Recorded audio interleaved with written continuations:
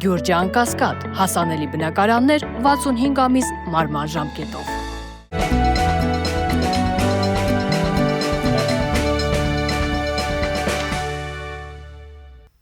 Բարև ձեզ։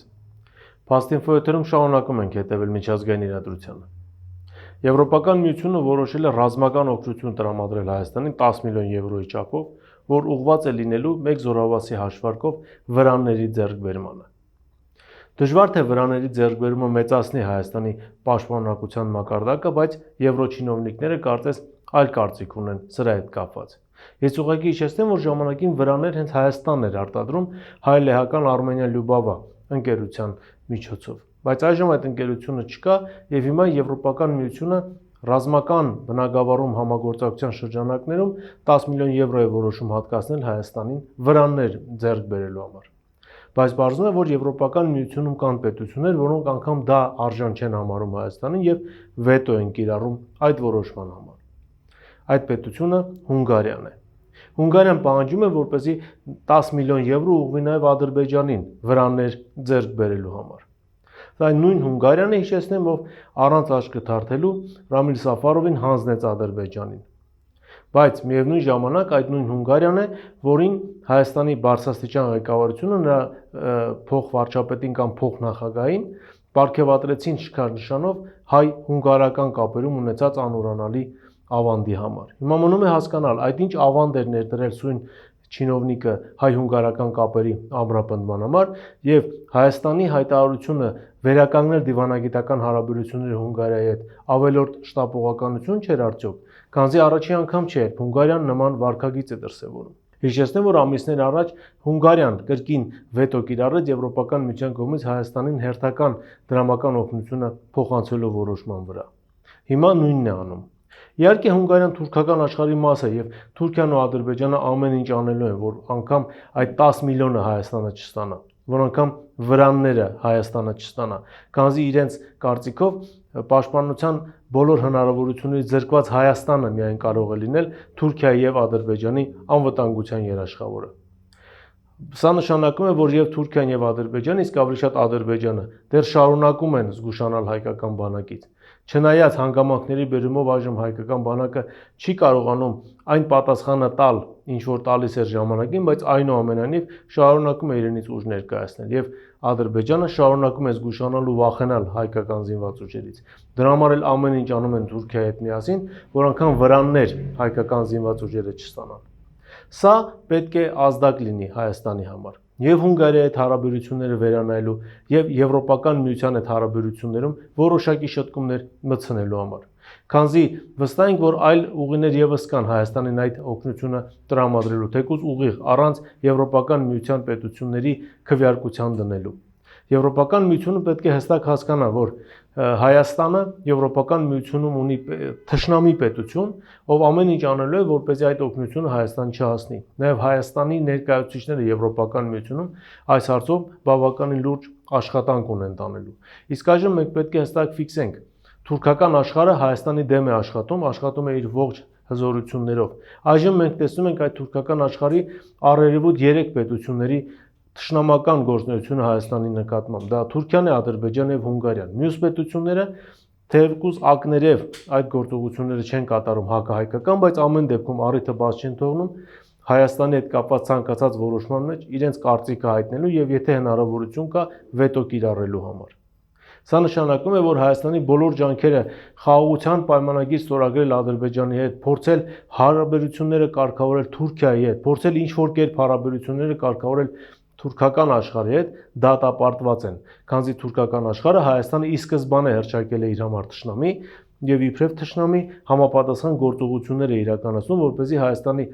եւ զինված ուժերը, եւ տնտեսությունը, եւ արդյունաբերության շատ այլ ճյուղեր հնարավորություն չունենան զարգանալու։ Եվ այս պարագայում հույս ունենալ, թե Եվրոպական միություն գնալը մեզ ինչ որ կերպ կարող է ապահովագրել այդ թշնամանքից, կարծում եմ սին են։ Հերթական անգամ Եվրոպական միությունը ցույց է տալիս, որ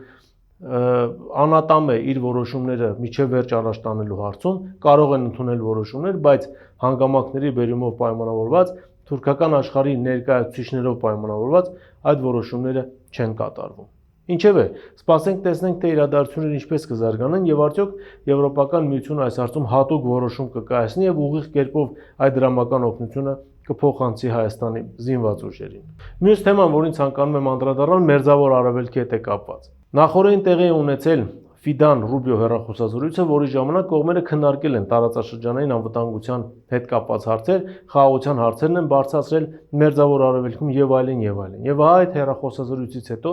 ստացվում է տեղեկատվություն, որ Թուրքիան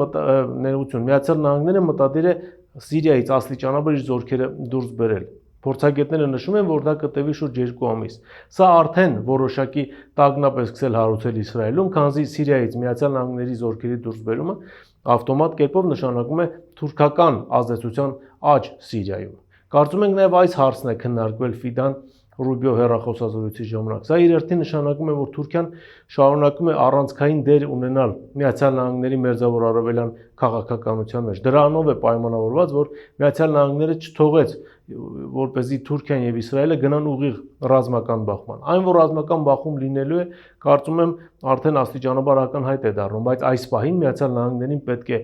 ուժեղ Թուրքիա, որպեսզի ցանկացած պահին դրան օգտագործի Իրանի դեմ իր ապագա պլաններում։ Սա նաև Իսրայելի համար ազդանշան է, որ չեն թողելու, որպեսզի Սիրիան Իսրայելը ամբողջությամբ կլանի, քանզի Սիրիան շատ յուղոտ պատառ է միայն Իսրայելին բաժին հասնելու համար։ Այո, ռազմական դաշնակիցը ռազմական դաշնակից, բայց Միացյալ Նահանգները շատ լավ հասկանում է, որ հանուն Իսրայելի պետք չէ կռվել Մերձավոր Արևելյան մյուս դաշնակիցների հետ, քանզի դա շատ ծանր հետևանքներ կարող է ունենալ հենց առաջին հերթին Միացյալ Նահանգների համար։ Ինչևէ, սպասենք տեսնենք, թե իրադարձությունները ինչպես կզարգանան Մերձավոր Արևելքում եւ ամենակարևորը, ինչ ավարտ կունենա Իրան-Միացյալ Նահանգներ բանակցությունները, քանզի որոշակի հուսադրող տեղեկություններ ամեն դեպքում ստացվում են, որ կողմերին կարծես թե հաջողվում է լեզու գտնել։ Համենայն դեպս առաջին հանդիպումից հետո Միացյալ Նահանգների ներկայացուցիչը բավականին հուսադրող հայտարարություններ արել, նշելով, որ հանդիպումն անցավ բավականին կառուցողական եւ ջերմ մթնոլորտում եւ հույս կա, որ Իրանն ու Միացյալ Նահանգները ամեն դեպքում կգնան պայմանագրի ստորագրմանը եւ այդ պայմանագրում խաղաղության պայմանագրի մասին է խոսքը, Իրանի միջուկային ծրագիրը չի լինելու։